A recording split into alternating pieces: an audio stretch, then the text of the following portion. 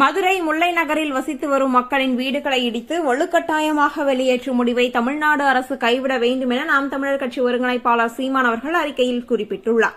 மதுரை முல்லை நகர் பகுதியில் 40 ஆண்டுகளுக்கும் மேலாக வசித்து வரும் 575 குடும்பங்களின் குடியிருப்புகளை கண்மாய் இருந்த பகுதி என்று கூறி மக்களை வெளியேற்றி வீடுகளை இடிக்க தமிழ்நாடு அரசு அறிவிக்கை அனுப்பியிருப்பதால் அந்த பகுதி மக்கள் பெரும் அதிர்ச்சிக்கும் அச்சத்திற்கும் ஆளாகியுள்ளனர். மதுரை முல்லை நகர் பகுதியில் 2 தலைமுறைகளாக மக்கள் வாழும் இடம் கண்மாய் இருந்த பகுதி என்றால் மக்கள் அங்கு குடியேறி வாழ தொடங்கியவுடனேயே அவர்களை அங்கிருந்து வெளியேற்றியிருக்கலாமே, குடியிருப்புகள் அமைக்க அவர்களுக்கு தடை விதித்திருக்கலாமே. மாறாக தமிழ்நாடு அரசின் குடிசை மாற்று வாரியம் வீடுகள் கட்ட 160 மனைகளை வழங்கியது எப்படி? ஆக்கிரமிப்பு நிலத்தில் கட்டப்பட்ட குடியிருப்புகளுக்கு மின் இணைப்பு, குடிநீர் இணைப்பு, எரிவாயு இணைப்பு, வாக்காளர் அட்டை, குடும்ப அட்டை உள்ளிட்டவை எப்படி வழங்கப்பட்டது? வழங்கிய அதிகாரிகள் யார்? வழங்கிய ஆட்சி யாருடையது? அவர்கள் மீது என்ன நடவடிக்கை எடுக்கப்பட்டது? ஆக்கிரமிப்பு என கூறி அகற்ற துடிக்கும் அதே இடத்திற்கு இன்றைய ஆட்சியாளர்கள் வாக்கு கேட்டு ஒவ்வொரு வீடாக சென்று ஏறி இறங்கும் போதெல்லாம் தெரியவில்லையா அது ஆக்கிரமிப்பு நிலம் என்று?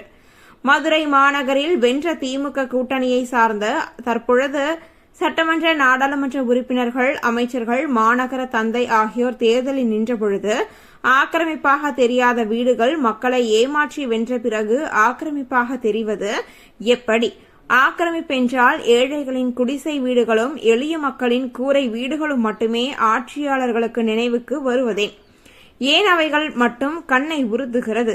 காலம் காலமாக வாழ்ந்த மக்களை அவர்களின் வாழ்விடத்திலிருந்து ஆக்கிரமிப்பென்று கூறி அடித்து துரத்துவர்கள் என்றால் தமிழ்நாட்டில் ஆக்கிரமிக்கப்பட்டுள்ள கட்டமைப்புகளுக்கு பெரும் முதலாளிகளுக்கு சொந்தமான வணிக வளாகங்கள், கல்வி நிலையங்கள், மருத்துவமனைகள், திரையரங்குகள், பொழுதுபோக்கு கூடங்கள் என எது ஒன்றிலாவது அரசு கை வைத்திருக்கிறதா? வைக்க முடியுமா?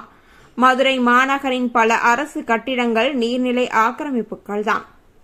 அவற்றையெல்லாம் இடித்து தகர்த்து நிலத்தை மீட்க திமுக அரசிற்கு துணிவிருக்கிறதா? மண்ணின் மக்களை அவர்களது நிலத்தை விட்டே திமுக அரசு விரட்டி அடிப்பதற்கு பெயர்தான் விடியல் அரசா? அடித்தட்டு உழைக்கும் மக்கள் அரும்பாடுபட்டு உழைத்து சிறுக சிறுக சேர்த்த பணத்தில் தங்கள் வாழ்நாள் கனவாக எண்ணி கட்டிய வீட்டை இடித்து அவர்களை காவல்துறையை கொண்டு அப்புறப்படுத்துவதுதான் திராவிட மாடல் ஆட்சியா? நெடும் காலமாக நிலைத்து வாழ்ந்து வரும் எளிய மக்களின் வீடுகளை இடித்து அவர்களின் வயிற்றில் அடிக்கும் திமுக அரசின் செயல் துளியும் மனசான்றில்லாத கொடுங்கோன்மையாகும். திமுக அரசு நீதிமன்றத்தில் சரியான வாதங்களை முன் வைத்திருந்தால் வீடுகளை இடிக்க வேண்டிய கட்டாயம் ஏற்பட்டிருக்காது. ஆகவே மதுரை முல்லை நகர் மக்களின் குடியிருப்புகளை இடித்து அவர்களை வாழ்விடத்தை விட்டே வெளியேற்றும் முடிவை கைவிட வேண்டும் என தமிழ்நாடு அரசை இந்த அறிக்கையின் வாயிலாக வலியுறுத்துகிறேன் என்று சீமான் குறிப்பிட்டுள்ளார்.